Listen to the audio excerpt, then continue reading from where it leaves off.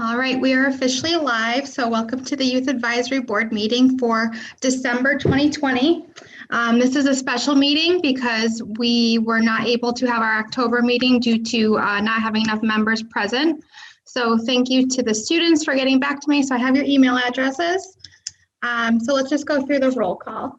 Officer Todd Cushman is not here. Officer Laurel Harrington, no. Jovan Gerard. He's here. Tom Taberski is here. Rachel Loveland is here. Alexander Lee. Alex, are you there? I'm here. Perfect, thank you. Kyla Lorden. Perfect, and Jack Williams. Awesome. All right, so we are going to stand and do the Pledge of Allegiance.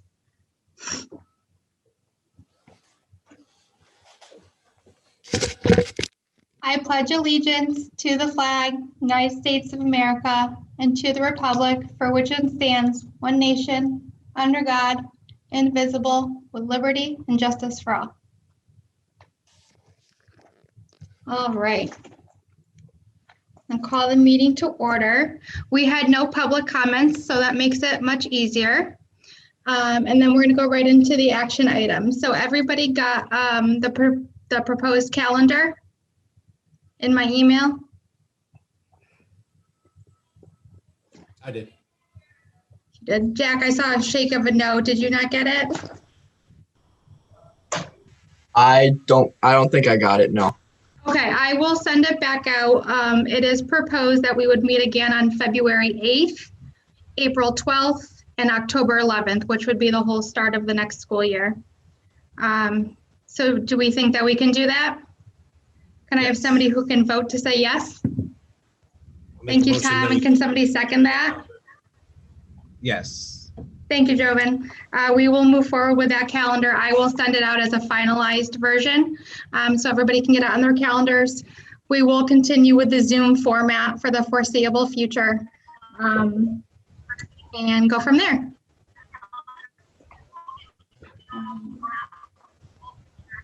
And then I just wanted to spend some time discussing kind of where everybody's heads are at and kind of any potential ideas that we have about what we can do this year. I know last year we supported the Disconnect Day where the kids went technology free, and we were able to provide gift cards for kids who completed it, did the survey, and turned in like their passport or something. The year before that was some kind of cahoots thing. So I didn't know if anybody had any ideas that we can start to think about.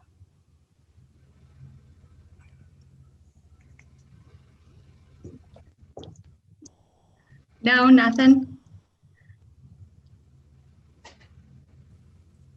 Not as of yet. Okay, all right. Well, I will throw the challenge out there to just kind of start brainstorming so that in February we have some concrete ideas that we can work with about what some potential possibilities could be. I don't know. I think you guys are in school right now for most of the time and then home one day of the week. Got it. Okay, so I think the key for kind of thinking about what we can do in the spring is flexibility, probably a technological format that can be accessed from home or from school. We definitely have funding, so we can do prizes, we can do restaurant gift cards again, something like that, Amazon gift cards, because I know that that's probably a huge motivator. Okay, any other thoughts on that? No? Okay. Discuss current school youth issues. So I guess that's kind of, I'm looking more to you guys to see what's going on in your worlds. I'm just wondering, I wonder if we could do something. I know the schools mentioned a lot that they distance learners and people who are at school or not at home, or at home a lot. They're having a lot of issues seeing with grades. Or could we do something along the lines of just helping them? I know there's a lot of other things going on at school in terms of like the National Honor Society, and there's a Trojan Help Center after school. Could we do something to like help maybe sponsor it or just promote a message that there are these things to help these kids who are struggling? Yeah, that's a good idea. Is that I've kind of also- the theme around you guys, is that there's just a lot going on? I've also been thinking, there's- a lot of my friends and I have been feeling very depressed and very isolated lately due to the coronavirus pandemic. So maybe like something to, I mean, obviously we can't have like a pep rally or like for obvious reasons, but like maybe something to try and cheer people up a bit. Okay. Well, I'm glad you brought that up. That's something that another social worker and I have talked about at school regarding that. A lot of students who are feeling either disconnected, whether academically or emotionally, and needing support. Myself and Ms. Brockbank, actually, we are doing an after-school group on Mondays, because those are the distant learning days and everyone has access virtually to us. But I think the message hasn't gotten around as much, unfortunately. But that's something that we do want to do to support students who do feel like that. And it'll be more so of a group chat kind of situation through Google Meets, where it's between 1:15 and 2, and anyone is invited. So it could be just talking about life in general, talking about academics, and just figuring things out, navigating together. So there is going to be this group going on, and maybe we can discuss maybe having it more regularly or certain days to accommodate for students who have things going on after school. But I definitely hear where you're coming from, and we see as staff that students do need support, and we are willing to do what we can for you all. So that's Mondays. Yes, as of now, it's Mondays after school, and there's full distance days. So if it's switch schedule because of holiday, we won't do it on those Mondays because it's a full day. So it's mostly when everyone's remote, that's when they can access us. But that can be a discussion of potentially switching it up when there's a different remote day so that students can still have access to us, but just a different day. Mhm. I think we should also talk about making that more like viewed, because I did not know that existed at all. Like I'm full distance learner and I had not heard of such a service at all.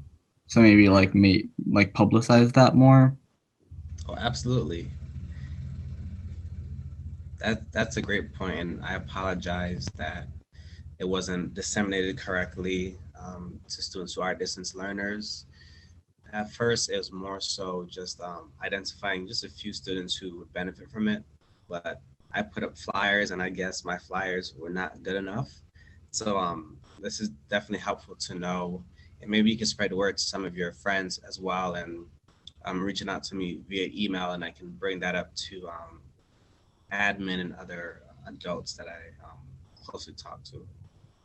Even just doing like a morning announcement on the PA system at the high school would be more than enough, I think. I mean, everybody listens to that, and I know a lot of my teachers, when those PA announcements, they have their mics free and open. So I mean, even us at home can still hear it. I feel like that if that were to happen, I think we get more or like publicity towards that. I think it's a great idea to have that. I think we should also send like an email, like a mass email, just saying like, "Hey, service is available," because I have third free, so I would only be able to hear the announcements 2 days out of a week. So because I'm distance learning, and I check my emails daily, so I know if there's an email in there, I would definitely see it. So Perfect. That's definitely something to consider. Perfect. Is there anything else that the school is doing to support kind of the mental or academic needs? To my knowledge, it is the group that we're attempting to form, as well as the after school Trojan Help Okay. that opened up recently to help with academics.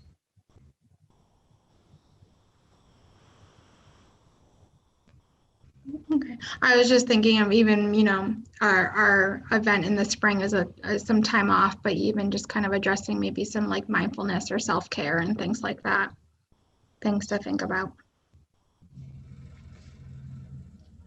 Anything else for open discussion? No, you guys are making this easy. So for the Simsbury Social Services update, we have lots of grants. We have funding. It's been a little trickier to try and use some of it because of COVID, obviously. The Youth Service Bureau is hosting a Home Alone safety class this evening via Zoom. And that's for like elementary, middle-aged kids, just learning kind of how to stay safe at home if their parents are not around, that type of thing. We've also got lots of grant funding for vaping and prevention of vaping. So we will probably be offering something in the spring, just about online, how to avoid it, the safety concerns, that type of thing. From the social services standpoint, we are hosting our holiday program for the kids and the families in town. We are doing our food program. Our food program has doubled in size since the start of COVID. We went from 80 families to 140 that we're serving on a monthly basis. And more youth focused, we are also supporting the Sensory Santa event through the Aging and Disability Commission. Typically, the kiddos would come into our offices and they would get to see Santa. Because of COVID, again, that's a little different. So Santa's doing one-on-one virtual visits with them through Zoom. So just like all of you guys, we are also adapting. And I'm sure there's lots of things that I'm forgetting about in this moment, but I think that that's kind of the gist. We have no school resource officers here, so I skip that. Tom, did you have an update for us? You're muted. Sorry about that.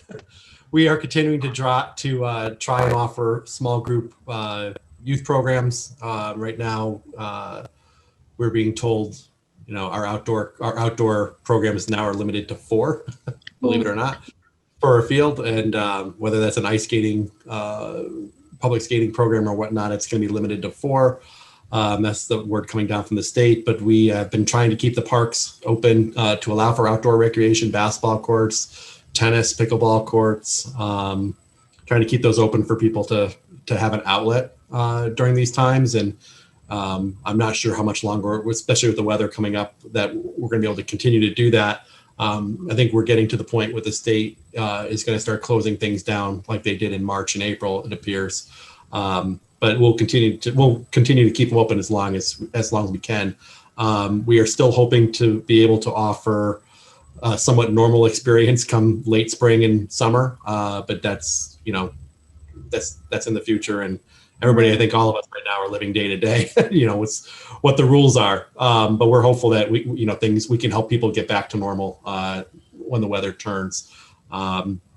So that's where we are. We had the Simsbury Celebrates event in November, which was held primarily virtually for families. It was a big hit. The fireworks show, the standing parade on Iron Horse, and the SETV version of the entertainment.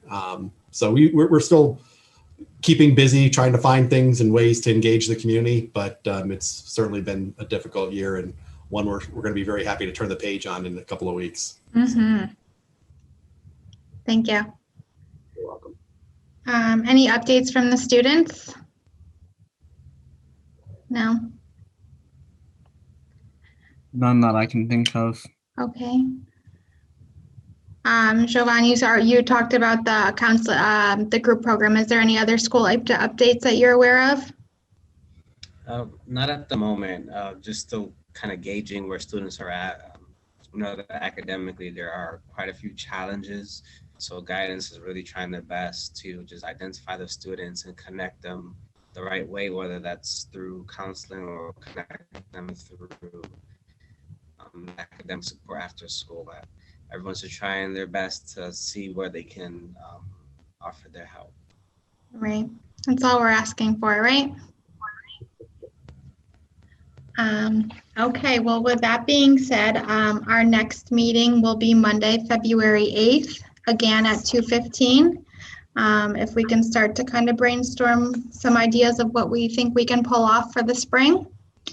I will send out reminders. I will also send out agendas as we get closer. But until then, everybody stay safe and healthy. Can I have a motion for adjournment? Motion to adjourn. Can somebody second it? I'll second it. Thank you, Alex. All right, guys, meeting adjourned. Thank you so much.